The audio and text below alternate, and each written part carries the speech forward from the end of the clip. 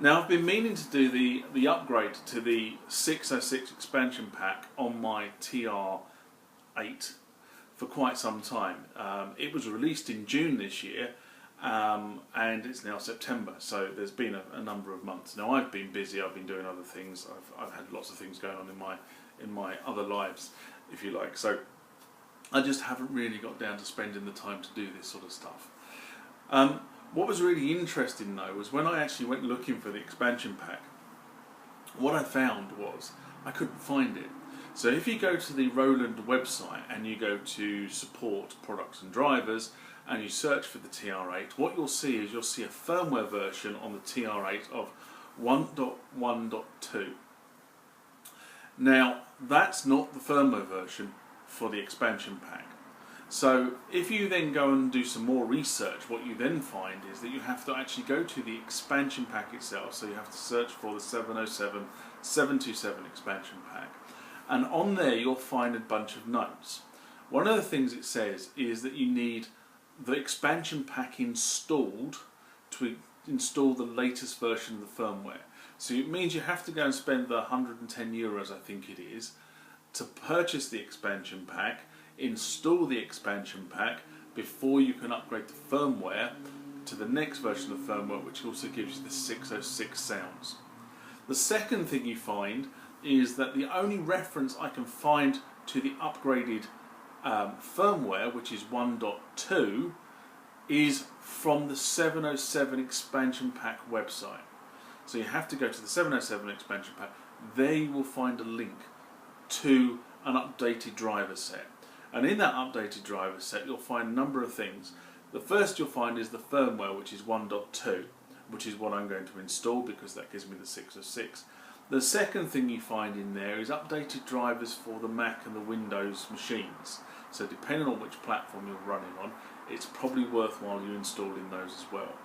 So it seems to me that the original firmware, which I said is 1.1.2, will not be now upgraded unless you have an expansion pack installed on your TR-8. Now whether they're going to bring the things back together again, I don't know. I can't see how they can run two completely different software streams. I work in the software industry, and believe me, trying to run multiple versions is a nightmare across just two multiple versions. So how Roland are going to manage this going forward, I do not know. However, this is how you install the new firmware update. So in order to upgrade the firmware on the TR-8, what we need to do is we need to put the TR-8 into a mode that is receptive for an update. First thing to do, switch the unit off. Count to 10, hold down pad 1 and switch the unit back on. The unit is now in an upgrade mode, ready to accept an upgrade. You know this because according to the instructions, the blinking lights happen between BD and RC. Next thing to do is install the USB cable into the back of the unit, like so.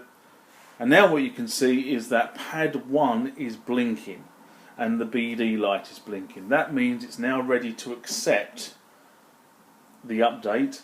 It also means on your computer a drive should now be available there to actually install the update to. Now we move to the computer. So off screen what I did was I went to the Roland website and I grabbed hold of the 1.2 TR-8 upgrade, and that's now been expanded on the screen in front of me.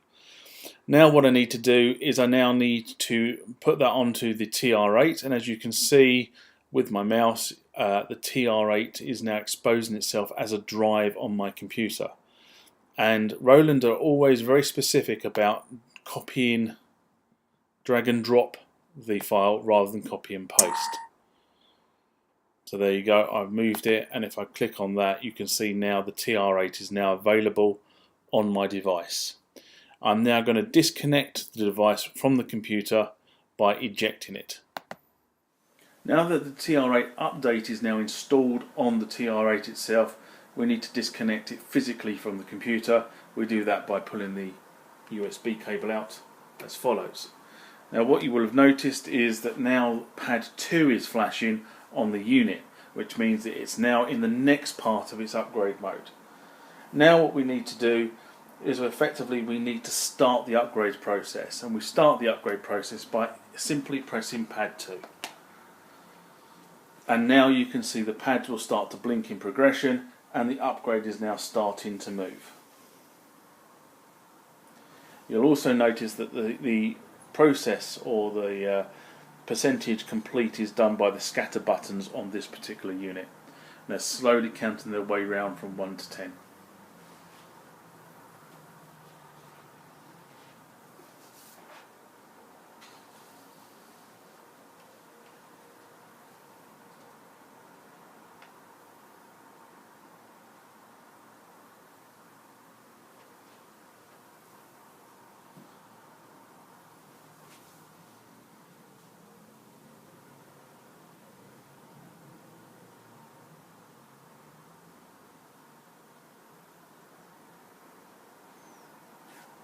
Now that all the buttons, the pads and the buttons BD through RC are blinking, that's telling me the update has been completed.